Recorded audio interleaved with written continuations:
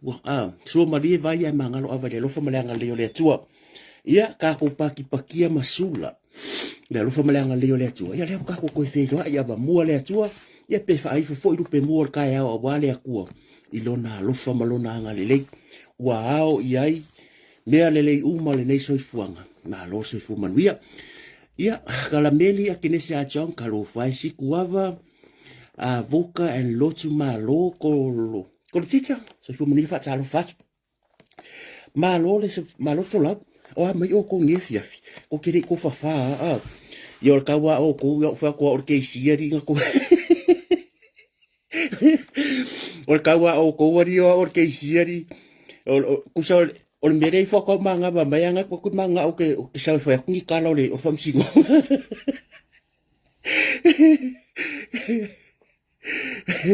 malo kala meri ale pia kasire tina matuanga makwa i fa ari malo nga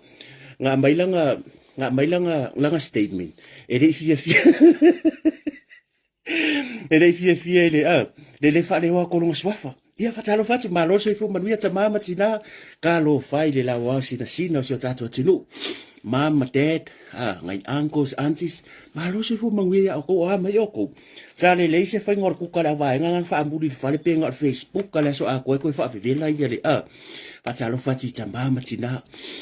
serka o ko yo mato loto mo mato banganga o fia lava e fenga solo ile tulanga fo le tinu ia ere kau makia malo tua fale malo captain payali malo fatalo fatu ia fio mi makala mai au o le fakalo fasidi dia fakalo fo fa taile tu ava mole akua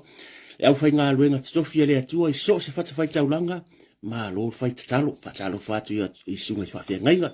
ia pole ainga sale vi fo pa ia sambo ia le ka ko ku ye de fa ko en kausia ku mo pude ia la ku lava ngai fia ngai ma pa ia le tru paul me ia fa talo fatu malo se fu manbia malo fo la o le aka ko fa solo e luanga i besi fia fa manatu atu ne fia fa kai al mafuka mai ale ta ua tro suafa ia la ka ko sa valibad ka ko le skala sa mo le a fa pe le ke mai mo mai o la ye o e le ia sa mo mai ko se la o ma fikule i mai mo e ka kawanga iso wa inga sa mo o ka ko nga ruenga le la fai vidi lo ngi nga umar ka ko live vidi lo ko nga malo maku wa fai ngongel vai aso yo vai aso pe vidi ko nga malo maku fai le la fa ku le lua se la ta la sa mo lo nga se la mo ku ni sila e fa ko nga e le la fa o ku so pa uanga ka nga la fa ku pe ko nga malo ku sa mo a vele do se la sa mo ai a ka nga la fa se dim se la ko nga malo maku fai la vai nga e o lo ave o ko fai le skala ko inga paloka tatu ainga sa mo pe fo le te mai mo sa mo ia nga ore ku ala lo amal fa manatu o le kai mingi fa kai le ofisa fa nga paloka kom sino fa nga paloka ia le mai kawa ia le walu o po mau kaulanga longo nga yo ka ko ainga ia tau tu na tatu fa nga paloka ma ko le skala nge ke walu nge mo fo ko ma singa le ai fa ka fa nga paloka ai ke le skala ai ko ke lo la ko memo e lua fe sala e sili aku le alo la tupe ke pasi se nga wa fi aku le ofisa ai le mo ke le sala fa yo le fo fa selo tu ni tu ya ka ko i kumwa e sili aku le nga lo le mai fo paluka ya ai mo fo nga le ele talofa we ka fa se uso pila nawa pa talofa ti a lo ma puau ka ya ma fu ko mai ia o ka fa manga ku le si o sa ka ko fa fa ke ka ko ki fa manatu nei ai nga sa mo e o fai o la ko skala ia o le se men fai ka ko o ka ko strategy le fai longo ka ko ai te uf a pele mo se la ko inga masiro maku la fo ni va ya so ia ai kere pude nga fa manga ia ono o le wa ka ko ile vai va ia ka ka wanga ka ko ka tenga i mea e te tau ona fai o ka ko ngare o la ngare ka ko live mar ka ko kan ngonga fa manga ko inga malo maku ma o ko mi sire nga la fo skuper ko inga malo maku sa mo awangi ko misi ke waru ko inga paru ko yo la vai ngai yo kum papa fala wa fa paka ku kai i do se lau ka o ka ko ma ka poko te mi ia longa lua ka ko sisinga fu o vai so fu ma ko ngi akilangi o la fa ya ta so sisinga fu o la so fu ia ko sa longa fa sa la fu te le fu yo makal ka kusisinga fua e tatala le mauta i le iwa tau sifuru tai au ia fa solo ko lola ia ulango fa mo le aso a fio aku pe amoso wa no tatu sisinga fua ia ngau uma fa sala waku a e ava noa a fio atu ia o lo uma fa ka ki mel pokalame tar sifuru a mata saudinga ia fa fianga ia masisi fo tanga vai o le atoanga o le ono sifuru tau sanga ia le mai mo me le fionga ke fongo le fionga ia to filau Ted Stanley. Ia, o ia leo kai fongo fongo ia la fai ka ko sisinga fu o le asunga fua fa manatu atu a va ku ko inga ing fo la o ko inga malo makua a wangi ngalo fa ing fa sila ta mo ftanga tai au fai le sila maruka ya inga mole ko inga malo makua ya ru e po fisi mela e ka fa o wa ke le fia sisinga fu ya maku al fa manatu na ole aso ko anga ingei ngo fa ku skamale o skiu ya tidi ole a fa ya le fa mo ya Wellingkonge a ingo le fast Wellingkonge ole a fa ko fa mo le sto na i rengo media ku ya de uso ya tidi anga po ere ka u mele aso fa ka mala ke le ya fika ma ko komiki sa ka mo le aso pe ngai lunga tau tai ai o wa ngalo ko ngo screenshot mai la so to fa mo fa ye le si singa fu ye ma fa ye ko sala o ke le ilo le tres a ka fa mga ko a mo ka o post ku lunga o ko Wellingkonge o to fa mo le aso nga ngei o le aso valu vai so fo umar si singa fu le sunga fua ai aso sa le sa la vale the following week o le afai ilo le si fonga le aingo fast a ma ko ngi o kilangi la ku malo de skala fa peke le skala IT ya mala rusu tala mongi si la malusu kala mo sa mo o singi lo ke ba ko fa mo singi ka ya this weekend ya o mere mo ko ngo sa ko screenshot me ngari la ngol pokala me tau ya ya wa ngalunga ka ngol kilo kai bia e ya la ta fa mo aingo fast i le kelope no sila Australia ya mo le va ngoko ku no ko sila ye e yo to fa mo tu sirulu ko fa manga ko ka ko sirulu e mo lo ka ko le ka ko alu o lo ye ta tu sirulu fa pe o mai pe ko fa fa malai o le ku si ile ko ile aingo fast o le tele o ga ku si o le o lo fisa to ya nga fa ka po ku le po fisa la ku si fa ka ko ya o la ko ngai ka mai ku si an ko e mai mun muri o ku si nga mai mun boy o bo ma fa ka ku si ngai ko e mai mun muri la ko ngai ku si tau tai manga ori ku si vidi da ofisa au ke meri me kia pe ke meri me ko ngai va ku ngumila e ke afio yo lo ofisa malesi o le fa ngai ku si ko ile ai ngol fast ya le nga mai ngumila fio ngai le fa lo tusi na fa lo ku si da ke ku pe fio ngai ale as le ngai ku fa finge mana chama ringa meri me po nga wa va ku ngumila ke vide pikela kus o le ka ko saulia e ase ko vai ka ko fa moi e maka okia mere wai ia ka ko maka punga fatalo fatu malo e rolini lisa sema fatalo fatu o to iva sa fatalo fatu ia fa maruru ale ka wa klo sofa ia o le wa fatalo to lang bo se ka ka ngonga o le aka ko ya widi idi le au te lenga le fa paranga mea o le summary o le mele la fa parangi ka ko la vire ko fa sa mo malo tani mo so fu mo ya ese le manga yo fa so longo fa sinunga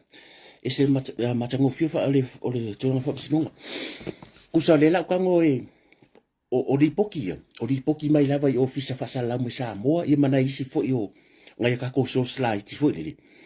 mai lava le aso ngafu ke salwa ke le me o sila fia le atunu o so fa tawa ya sko inga masilo makua o le ngala le ka ko YouTube ngale umaki ki maka maka me ya so fo i ka ko ye maka ko inga malo makua malo pe velise fa talo fat o le laipo lo o le aka ko wosi ka ko kilo o le aku langa le ngai le mori mau alongo mai le aso ngafua so rua so rubu o le fako a rua mon mau wala ngal vai aso ele i mfaingo fa pe aku fai asi mangu ole fai si mangu ki nga ingole o panga mo mo ka ko fusuanga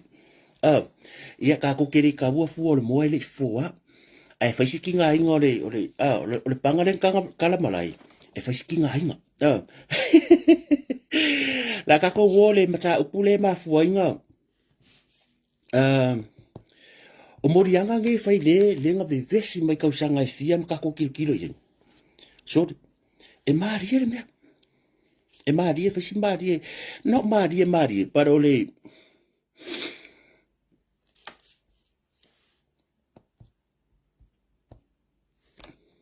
o kula fongo le fa si donga le el taimine ka tsalo fa tso ya o tso le fa tso a tso ka mai foi ma lo se fo man mia ole o tula fon fa sa mo yo le kula fongo le o fai kala o fa sa mo nga kula fongo le mo di ai le tamari ine to ono le ko ka ka ye kan o mei tu salon ko si la fia o le ala le pule ia mal ko singa o le a le tula fono le fa ki e lunga ia mo diangi o le tula fono e ka o le fai tala mo ia pa fa sa mo ai a fa palangi alo siale o le ma dia yo le keisle e nga mo ka ko e foi ma ka wa ko nga ngore vonga o le lai polo e sa mo wale ngole ka ko nga ko e ama ka mai le rua fe ia pa pupu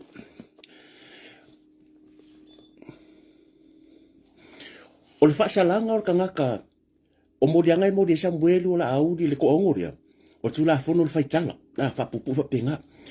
o le malo si angala o le fa salanga o la fongo le ka fai kala por fa palango le laipo defamation law la kon fa kala a person who commit crime under this section is liable on conviction to a fine not exceeding se lau fikulima penalty units or in prison for a term not exceeding 3 months. Okay, no kula hongo le mo ri se vai le case ola le la ko le wa ka usanga ma le kelo case yo. A fa ma ngia la sa mo ri fa kai kai nga. E nga le ko lua masinga i lalo le tula fono le o le laipo a defamation law sa mo. E nga ko lua masinga. La se ko mai ka wa ile de umile wa isa mo le tsono le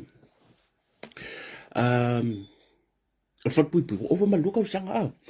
o lona winga o le ala fo ile o le mako yo ako ke si mele fa ko ka ko ruru a fai mo fa mali e ina lo loto e ese ka ka po le keslia e ka nga ka ala ka po o nga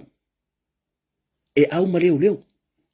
a ka ko ke lo ka ko ala ka ko ka po i le kesngi ta tu tele mana o mia le fai fa apea o ka ku kangaka ku sa yaki wa ia ma le tau mamalu ka ko ke le manga o e treat fa apea le mamalu le atunu ya ila ko o le wa ilunga le purenga le ya ole kalalanga se vai le umia ngal ko mas ngale ko rua masinga ke ko sile ye le mere ye le ala fa solo case la ka ko la su mo e mari le mari au ke le o me le o ma fa sa la mai lunga lo pinga fa ilang ai ka ko si ka kilo aso mo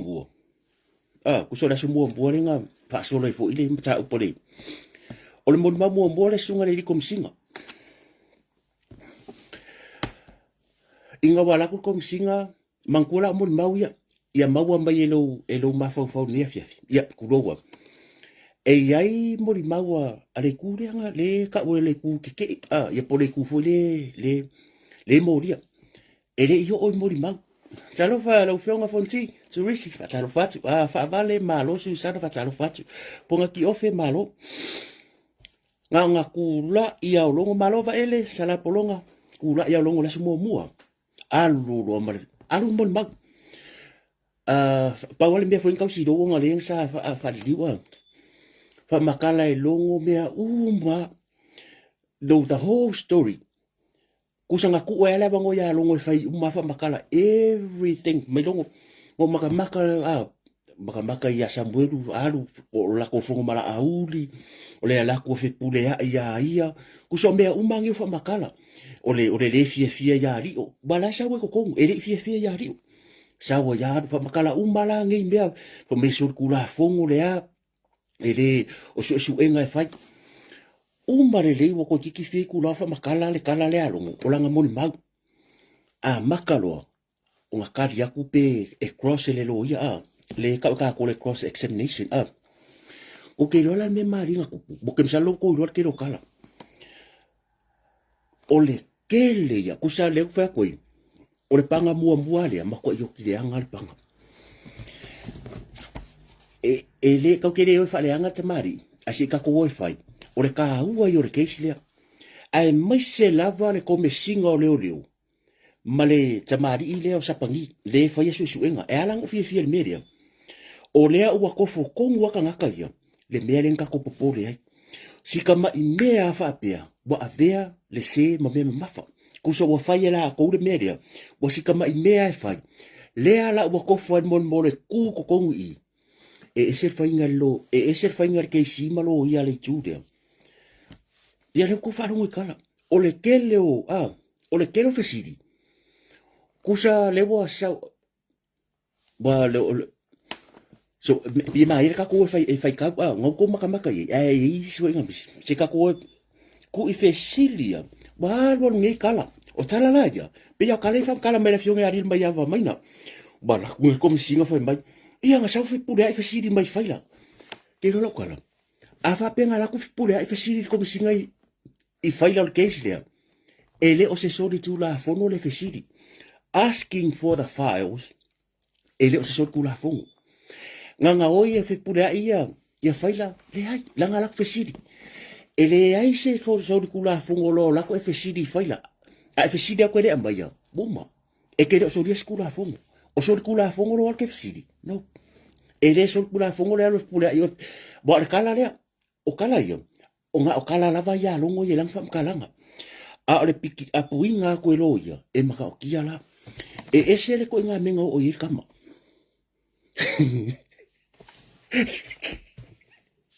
e ser mengo o kama bo mga kuai le king kikirang mavasinga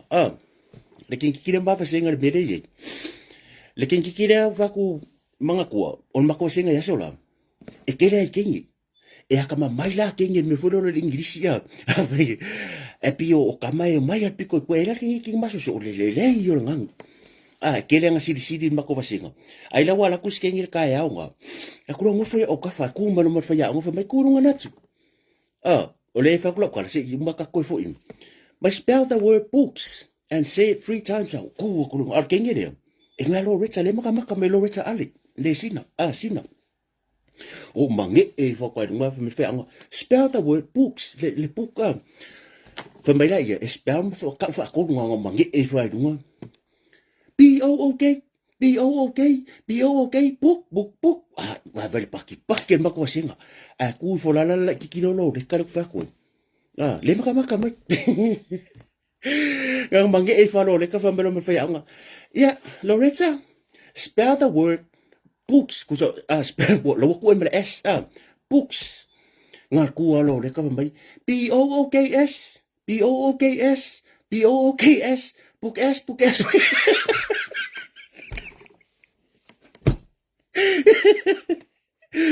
Mele fai la kwala. Malo moi amsa.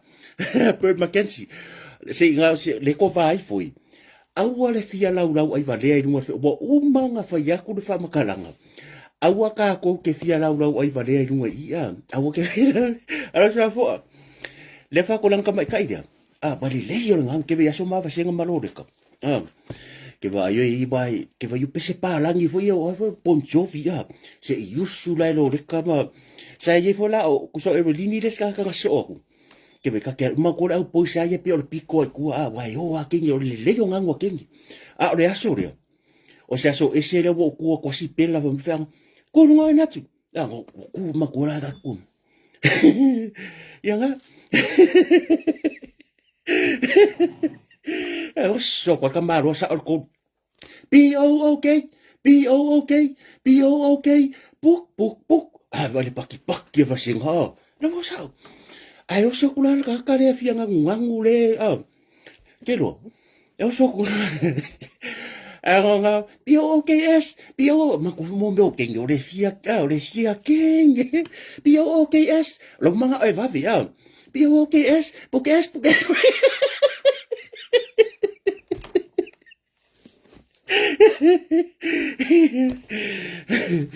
Yanga lela la ka ko foi I le maka o kia o upu ngala lafu ele ni upu la lafu A ole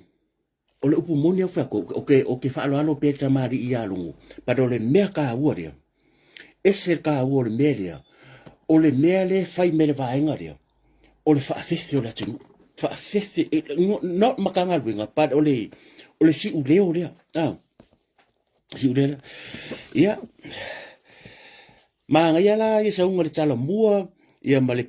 Radio Polynesia di alangi, la fionga ia alangi ke soma ma le fionga foi ale ilua. Ia, te kako kilo ako ila iai. Ida amakanga ofisiti, e maka o kia. Mo ia ere ulasis.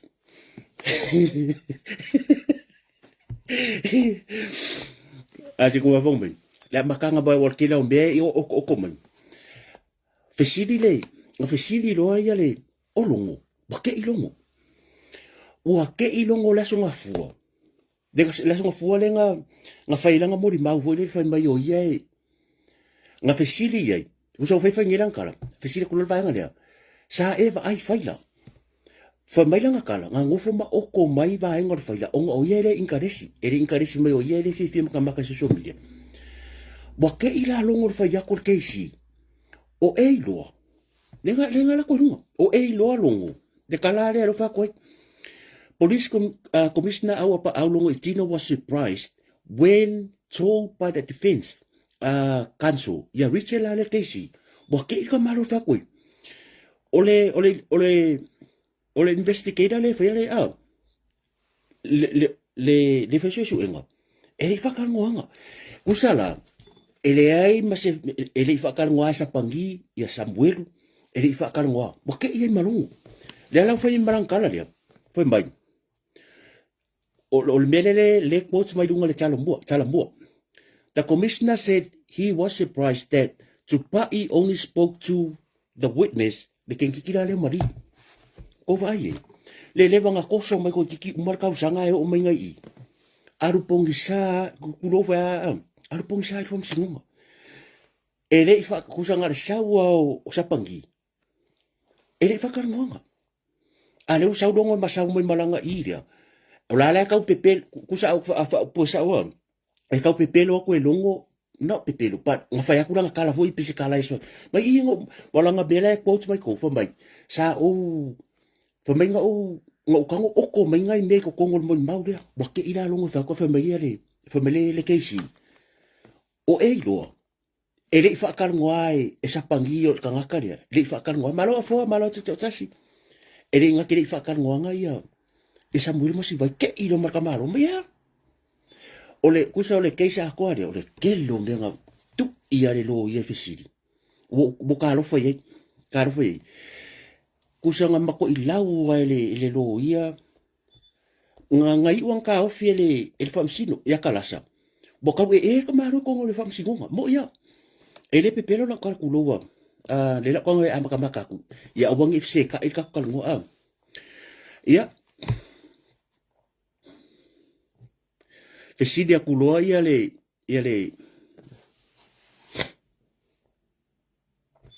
o sai mea o le makua maaria fesidi akuloa le ia le keisi ai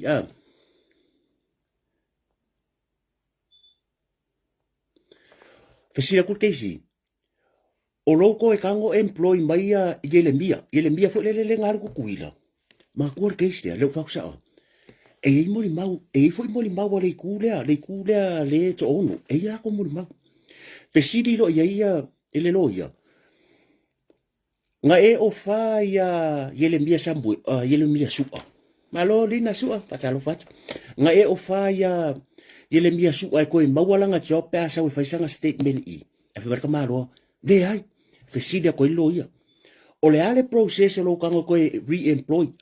pe koe whawhainga luenga kaka. Mai e aluan me fwoi lele, te sia kula loia. Whawhewhenga e kango koe employee, Yelemia su'a. Ko sir fiwa Yelemia su'a, renga lakwhenga luenga le pamu kukuila. Te sile loia. Whawhewhenga e kango koe employee, e leile record al kangakaria. O le kangakaria nga leilo loai whaila. E whawhewhenga e kango koe mei whawhainga luenga. Nga e polo misi e Yelemia kukuila. Because nga whaira kangaka. Mai e Yelemia ngar kukuila nga whamawai, nga whamawai. Ai nga koe fo i mai nga sa wa koe apalai fai lo loia e kere I o fanga ia yele mia a sa we failanga mori mau e mori mau mo oko e ko e mau langa job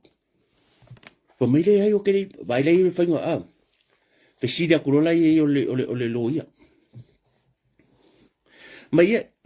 si follow mai Sua had provided a witness statement for the case while in American Samoa and KC put into our pa'au that he had bribed and promised Sua a job return for a witness statement. Kala le al KC nga fai longo winga wa polo misi ya Sua a ko fo I mai polo fa statement mai mo mau I ko fo upload job ai manga ko le fsi ko KC o le ale process ko fa fanga lunga ka vai dar ku inga loia fa ku loia any other witness eses kanga ko mo limau de case ngai wa ko kan ko fa fanga lunga le fsi le KC fa mercado longo not sure fsi le KC apart ese mai ya yele mia la sis kanga ko fa fanga lunga lo official o le witness le case le mercado not sure ko ke loko la loa uma e kau ko o ale mere o ai mori loa uma ai mo le mau le piko le ko fesilia ko ila yo le o sida ko ila yo le orkeisi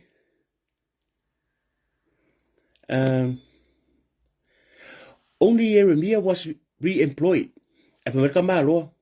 maybe ku so fesilia mo fai any other witness agency witness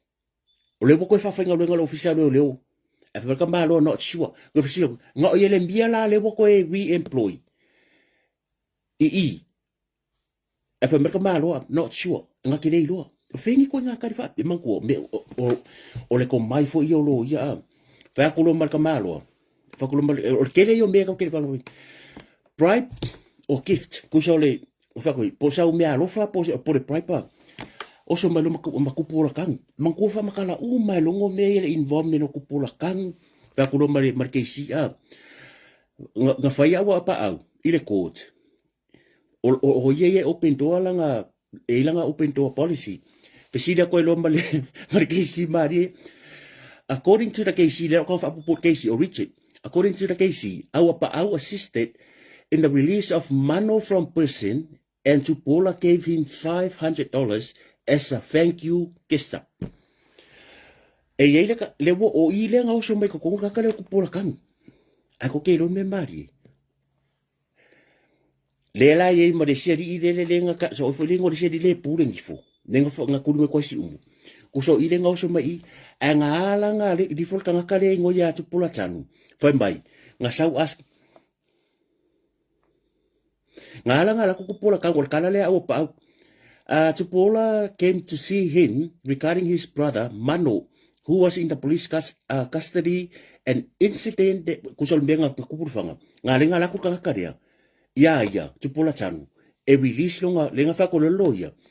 O le favor nga fai o le pride pole gift lenga ya bele lima sila kala merka malo le ya nga kiri o le kello me mari bangko ke kerere ke sa se ko fa makala fo le menga ko fa msi ele nga ka ofi kala sa ya nga ka ofi kala sa le fu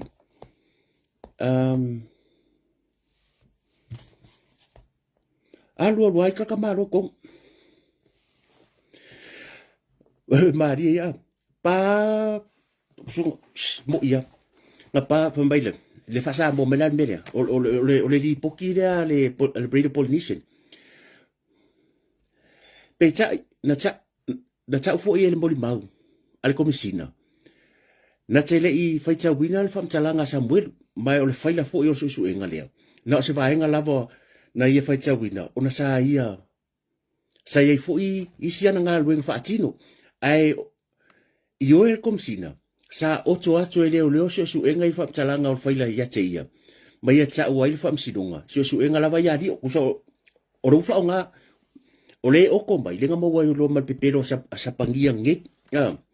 vai me wa ku o le kapinga la kulongo ye fa mai yes sa pangia ku ko lo ye se menga ku ka ia nga ka ofi o so mara ka maro fesida ku lo ke si ya longo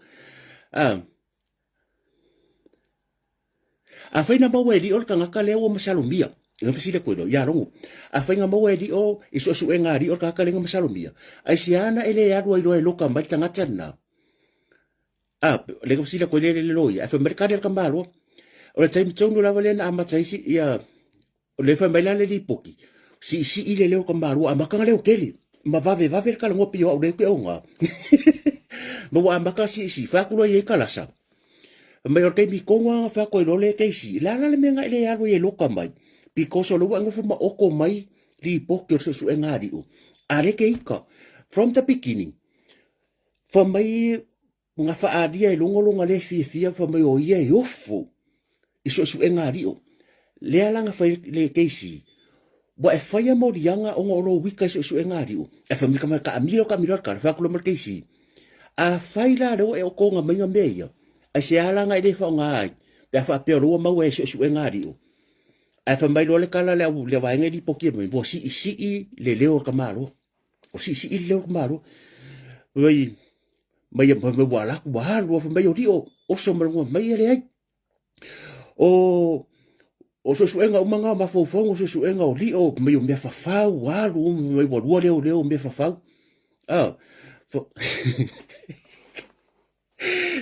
fa ko lo makalasa ile fionga tama sai fam sino va ko lo fa mai Boalo ngi boalo le leo bo va ver kaukala. O me boalo fai pule leo fa nga fai ngi fa fonga bo boalo fo le. Fa kulo ma fam singo. Ta fia i lo fa masino komisina bolava na tala. Bolava nga bo pi bo le mala Eri ke ela longo menga ko fa mai do. Ia ma fa uto se a macha ona si ile. Me ele che ena komisina fina ngalo fam sino. Ma ia wha amaru rua wha msinunga, ile vave o lana tala noa. Pa si ile leo ka maro. Peta, o le mako i kelo mea.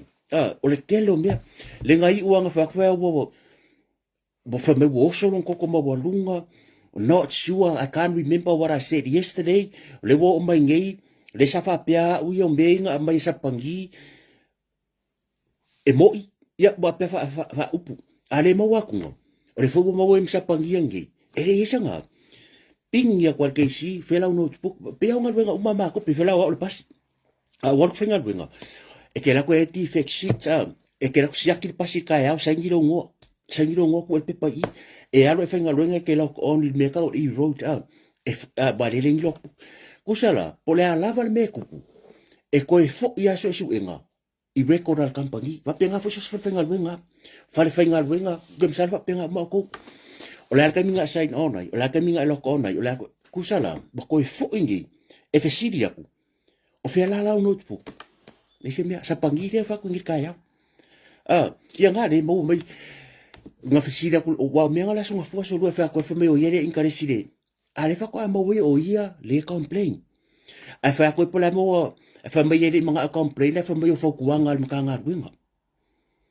ke le la ko la ko mu di nga fa ele ko ele keisi pise summary fo le bo mo me mo ele upung fa keisi no ko sa wa fa alo fo stamari ele o sisi o le uso fo I mai ai ka ko wo me sa o por fam singonga upu ye fam singonga fa keisi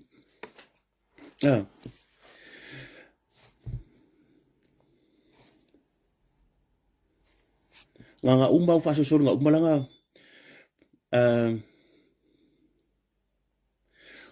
ole cross examination there come close to the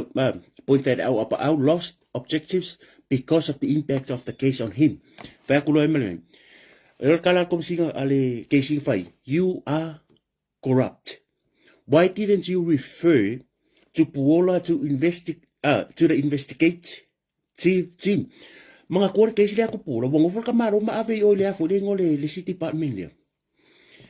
magware le case asia wa magware case o fa kulinga private lima selau so le pa ko case yo mo ka mamayo ka ngaka fa sa o ya lu you are corrupt but ngo from fine why didn't you refer il va ngale le investigative team a critical le witness le and you spoke to him before anyone else state consider familiar pa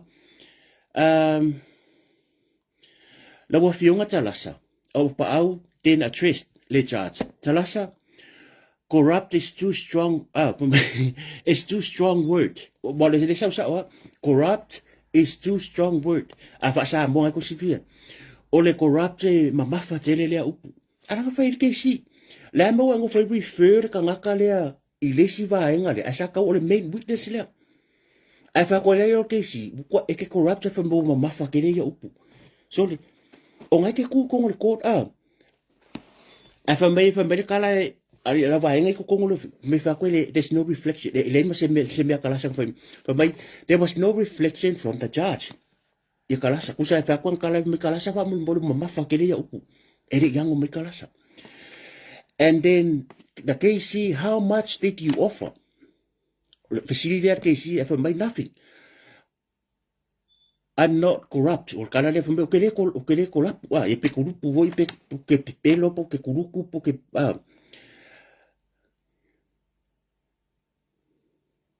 fa ko lo KC. People are calling you or him. La we kan fai ka kume. People are calling him corrupt, and Sam too, in the video that went viral in 2023. Gusalo fa koi, ole ka ua ka ngaka corrupt even as Samuel. Ole makoi kelea, ele kama imele misi ko ya fai or TVU. Le fa si de KC. Ai se awa ngo foi ma avele kupola kangu. Mangkor KC, o kumsa ke lo ko mbo mai. There is also an occasion where Tupuola requested a protection order against the defendants, Samuelu Samsua, who allegedly threatened Tupuola elderly mother. Amangkuala, lenga ele mei mo kuruma, le kamarengo ya mano, leng fa mai le KC. Nga la ko Puola I, ngo folo longo mo okay nice. Mako me le ko ifesiri. Ole lima se la nga avakoi. O le lima se langa nga vakia o ke kango e peo mai kua. Peo, e fa mai lei e kango e le whaia unga luenga kango sau le stala from sidunga. E maa ku o mei e le ko ngapi, siu ko waku. Le alang ko fesida, ai se ala le menga e le ki pinga ka ngakaria. A ngofo e ave I o le main witness lea. A ngofo refer yo. Refer le TVU po le Division Domestic Violence Unit. Mangku o le kilo a ko arke si fai ai o ngakaria. Nga a maka mai le case. President KC anga fa apea la ke lo le la me le wa maua ko di or kangaka le wa maua ko su enga di o le tangata le nga la me nga le sa wai loka ara pida so a fa ko ka malo fa me fa me ngo bo yo bo le fia o ka sa nga bo le fia le su enga di o fa ko le yo le or KC o le mea la nga wa ngo foi ma fai e ke le fia kilo le kau kilo uma koi kokong e le kau kilo kusara le unga a ko le mengi o le kala a ko ngai lunga kala mua talambua credit to the talambua ya langi kirsoma ma le radio pollution o mea ia ka ke ku le li poki me le fionga ri mai ya i o le side for nga le tsa ba tsa stala ka ku kile fa le ngai ka ku o me sa wa a bungi ka ko e fa ni pu nga fu e kai de si ka ku fa me fia Ior kalanga. Lu la sunga fue fa me yo mau alo blood pressure. Fa me ngamba ka le fero. Fa me le kai minga ngo fa vai upu. O le taimina over ai le tautai ai. Ka mare ka ko kama. Nga va ai ya asiakama a. Me o le kai minga over ai ya asiakama masambuelu. Fa me mai fainga sau e mai provide mai le ko ia fa mo ngala fo mai yo mo ko mo walunga nga fa ko ma o le mo misio ka le pure nga fai le uloa ko ko la bo ele u porque si fa ya long mo ya lo kala ele de lo ko ko su ko mo ngwe ko kile yo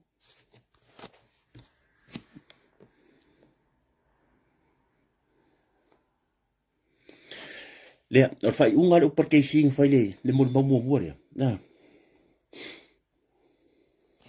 fa me kala le al que si ya long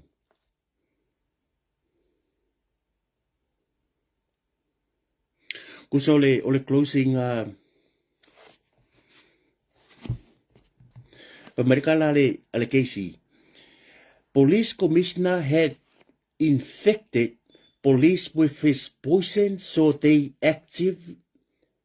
actively put pressure on restoring his reputation. The case le kusa ua makua I faisi kere aku ngalanga le fai makau kusa le kala lo ile ngafai o kangaka rea ua makua o le infected o le before pe kango kui ile va ayer keisi o le ngaluenga kakare makua le ima promotion le ima meia le ile o le promote fa fo se ia mai maresi le ngai kukuila kusa wa ke ia si le loka fai kausa o ngalo ko fai fa liu in his closing in his closing remarks the KC emphasized that Awa Pa'au as a police commissioner had infected police with poison, so they actively put pressure on restoring his reputation. Kusol sa onga sa wale o le bere nga kusibal kuskala le talo mua kusol le bere o fai longo boye fa nga longo position e pride pai kangaka bale makanga luenga promote ai mawa markesi ilo le kai mirenga promote ai le kangaka lo sa pangi sa pangi po sa pangi o le kai mi kongwa le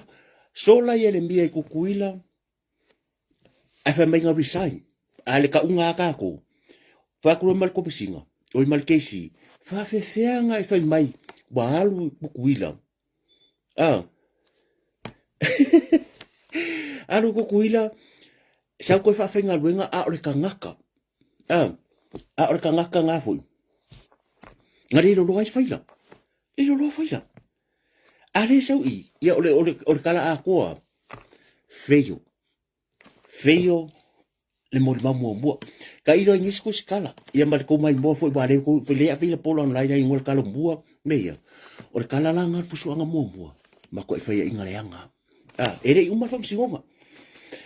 ai Paulo fa mangaku foi dele si polo ka kuka karele so fa sala um bayanga Rebecca Rebecca yanga le la wo ko la foi ai oso mai asa pangiri amakanga ping ya kesi lengi records lengi logbook lengi me fa pe me foi le ngalo banku ko ngas kai dia e ke ma follow e leo ngalo la ko pe you can e ke pala fu ele fai nga sa ka mai le fela kala la so la bela pas ke lo nga ala makioka la so nga la bela pas ni kala ko ile fa si le va ke lo nga la ko leo nga umas mai mga biale system fo le nga ko leo kilo lo bo ba vis ka fa mai ke lo la me fe leo le kia nga ka computer ka mai fela mak da makioka ala so nga le fela mak me fer le sa ilo na sing fela maka fela lo pu makura ma ko election si bidi markam pag yo masyaki umake masa akelo ele pick up pinga le fesa maka faile ko su e umar kai mi ola rosta a ko ale le fiku aso ku mai ya le mo vole o Mr Fixer ya nga ku sa lenga ka fa ya sa pangi o fix ku sa le case ni o le fela o kala wa o me ku sa pe o mo mawai o si mo mau mai ku ia ko nga kama fo i ele o ni mori mau o ngaunga mga ku fo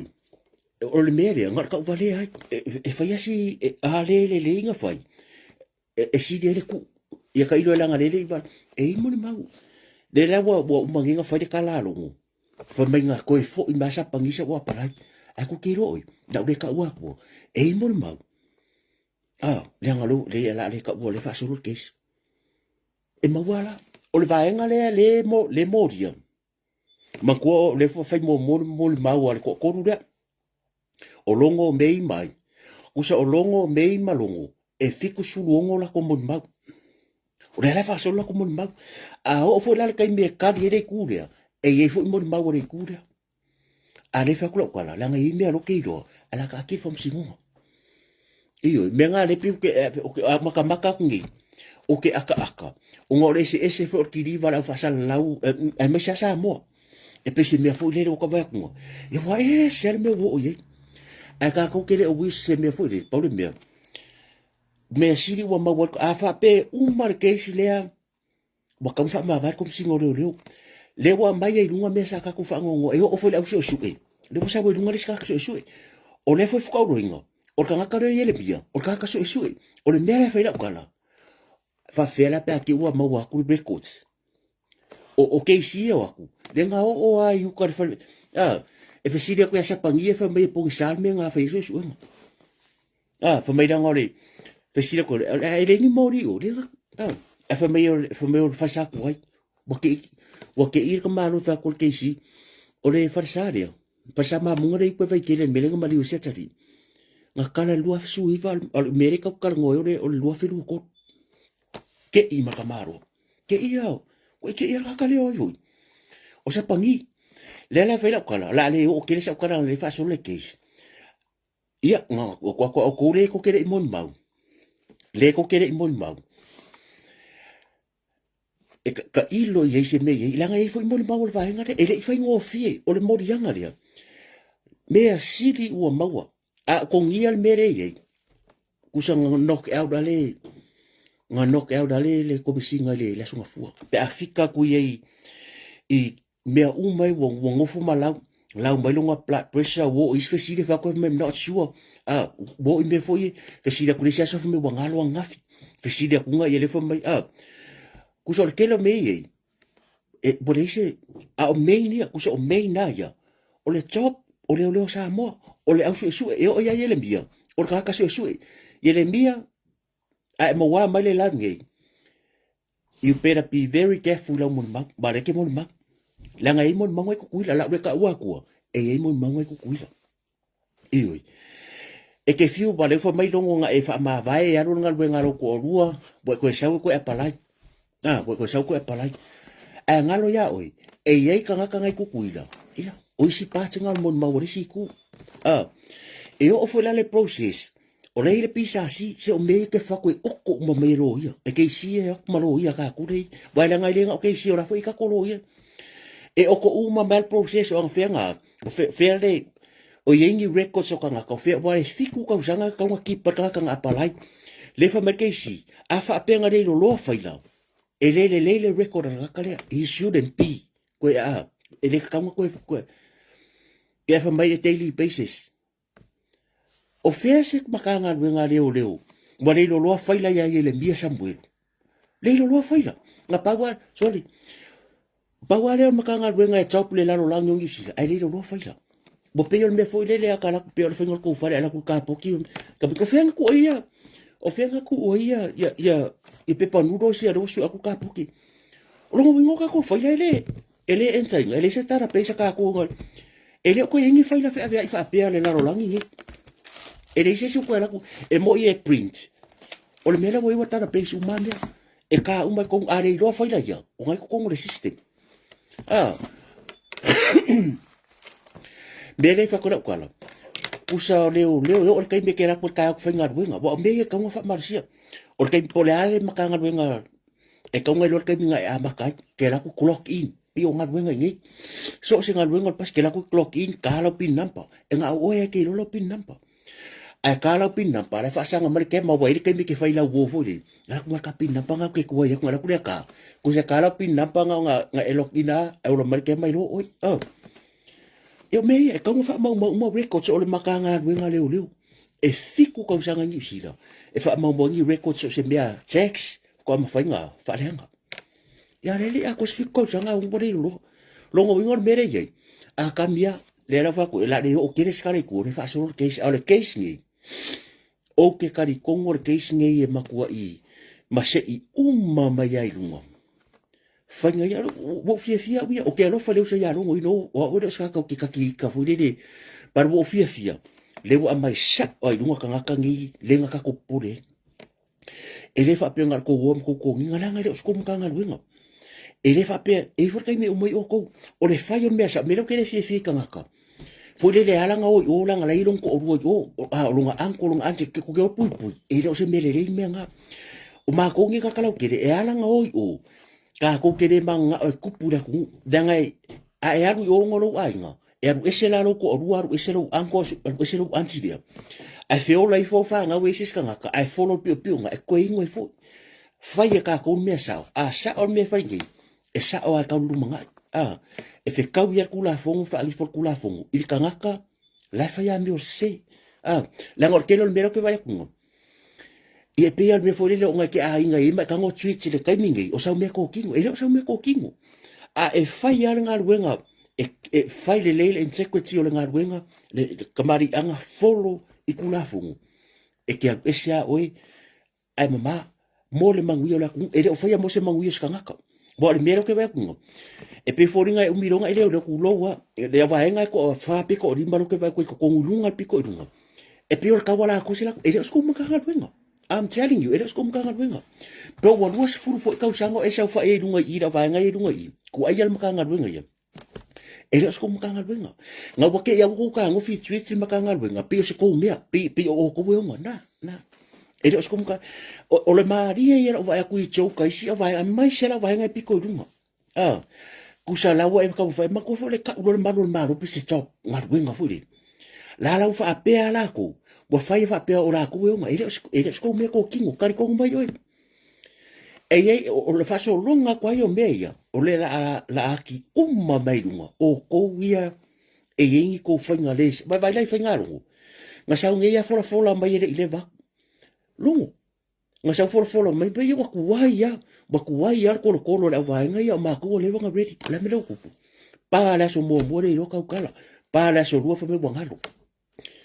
pa la so mo le fa me o ia wa me o ia ile record o longa blood pressure ma fo mai si ai ava ai ak nika nga ka fa kala ngo mai lungo TV so le pio la ko si pio la ko pule la ko ele sko maka nga o ko la vai lo ko ko singa me deixa vai nga pe ko rua e pe ko ru manga ia woria su pe ko rua ele sko maka nga o nga wa levang ko i wa fai o ko wa pe sko me ko kingo wa ka akia pula fongo e pinga o ko ia ka ko mai la ka ko mai o ko e ia le aso markai mo ele ko mamau ia ko ese foi o ko ia afa pe ke ri fa mau ia ka ko le saka nga ilo idea ele sa me ko kingo awo ko ke tweeting o se mea ele so ko fi ko singa ele so ko fi su ko singa ele so ko nginga leo ele ko mea vai ko ngia ko kari ku lo wal mkanga rengo la nga ma ko fa lo vai ko ngia fa ko joke bo pise ko me fori ko mai ko fa sa ka mo le ko be ya vai ya vai ka va ring vai ko men yo ki le vai ya ole la lo langi ko ko ye ya ba kile fe siri makala kele fesidi kele mangaku kele langolo ngonga kele fofuanga o para ko me umaya ayele me kasi ayele me kasi ka savaringa wa samo ayele me kasi ta savaringa re ayele ungo me umma ni ra langi ele kanga ka ele inkaresi polo ele porque que kanga ka e ola ye ngoia kanga ko le alo ka sawa o ka ko le vai ngol por kiki ke fio fe mai o le vai monga ke ai o le involve mai ko ngol por kiki sa mo ngi o ka mo ka lo ngi la foi ma fu mo por kiki ni silam sa mo o ka ko le vai ngol po ala ka ko fu nga ye fa fu nga luma makuma one thing for sure everything has an end ai ale end o me uma po au fu nga e fa luma ngai ke mga e fa ka so fa fu va so le ke mga ke palminga o fa ke minga sa mo o le ave vesi ke take a government o le vesi po ai ke le ronga i lo sa mo o le vesi po ai o la fu wa maka mo mori sui pa loka ma o ka ko o le ka ke ngaru e aru e ko kongi au piri e aru e ka fa ia fu fuanga ka fa ka me ai ka mai ki o po a lava me ka ke one thing for sure everything has an end so se mea e ironga i uma e o fe kia lokal ngoa o le endo a e ira so e pinko ira pepa e o for ko ma maru i tau tala mar falo alo le ko ke mai mo mai e le am se so ka ku o le fa va maybe some of you or maybe me o le ka ngoa e ka nga kire au dia ka yau e ka kire au dia ma singa e ka kire au dia fanga paroka even sa mo ka ka lai de vesi po ai e le pule o ai a o le langi o ka ko va engo me uma and one thing for sure everything has an end po le alunga winga fonga we kire ko kong o le alu fale funga i o lau ka fale funga i po fo me lau bank le kwa mafia fia o le asa what fala au ya goodbye world e pesinga goodbye world I stay no longer with you moma ya o le ase no i ka won ngisa varinga ve vesi al fenga malo ve vesi o ngi mea uma la se au nga mo tatu e ka ua fala kala ka yeri fala kala ka yeri a moro malo si or your first priority look after your family make sure you pay your bills and alo foi lo uso e kere ka waro foi sa mo nga e o lo uso re kere kwa o e kere alo foi because we have a lot of families broken families e ke foi mai e ke alu le loku ya e ke alu le loku ya sa umai ke e fai o kofi loku but even your own brother your own sister ko ki kias pu ka usanga kere ko e vidi afa metus pa ia la fa finga fa me kero foi le ko o lo uso mo e polo uso fo i le yo au kafa au ko ki fias pu ka usanga kere o le kalango o le fele ku nga ke serving so la le wingo la kala basic let's go back to the basic alo fai ko inga malo maku alo fai se uso mo se tu fini o se ale au nga e kele ko nya ku pen ala fi ai se uso la yo nepa alo fai ko oi oi afa pero in kia por palangi ko oi mai po se Middle East o le kalanga e alo fai lo tu oi baba i principle ma values o kuspo la tai nepa alo fai ko oi o fea lava e fe kongia e ka ko e pe au ka felo ma au ka felo ngi so fuanga e ka ua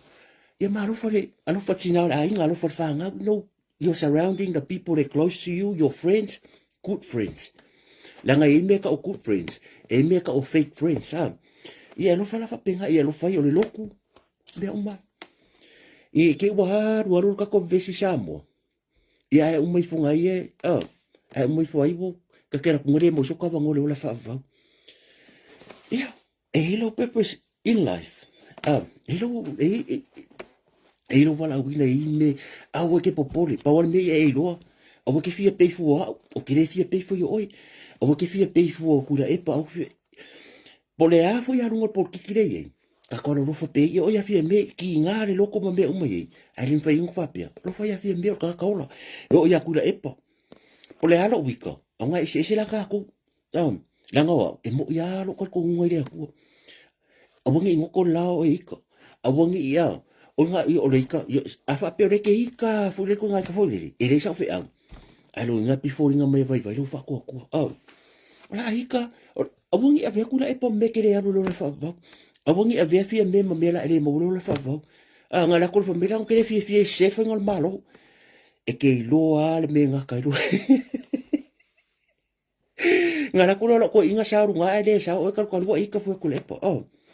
fa mangalo o le alo fa fusi ai me uma o ni yo langa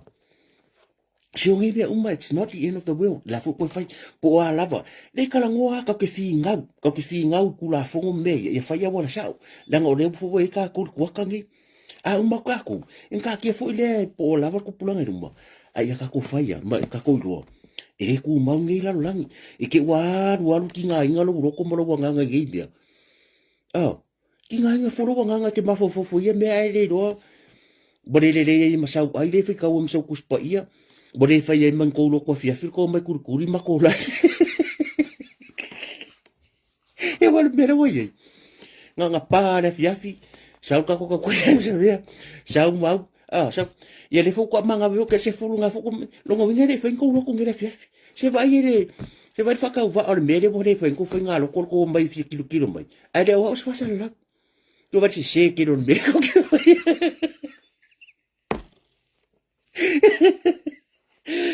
ore si er mere wo ai o ma kwa ala pina na ma kwa ka kian kus pa ia nga ko va ia war mere wo ai ma ka amerika ya war bos ko yo bos sa po kala me malik bri sa mo fa solo ia ku pulanga ri ka ku so ma ko ainga a sa duala po kala me fo ia le tau ya e male nga e fo nga fo Kusa e ki poka la me e ki computer. E ki ia u lai wale moa e maka e lavi ko uru mai seng. Ki vi o maka sa bea ai ki ke fongi i maka ia kau ia ai foi. Ia tau ia. Ia nga fa pere nga fai. A ka kofu mai la. So ke e sa fa ngo kon fare e se nga e se ale leo sa via. E se le leo asiaka e se foi lo u leo. Fa solo ia nga ma pe aku ia ki fo ma fa so. A kuspa ia. O makwa poro nga ngai de me so ke.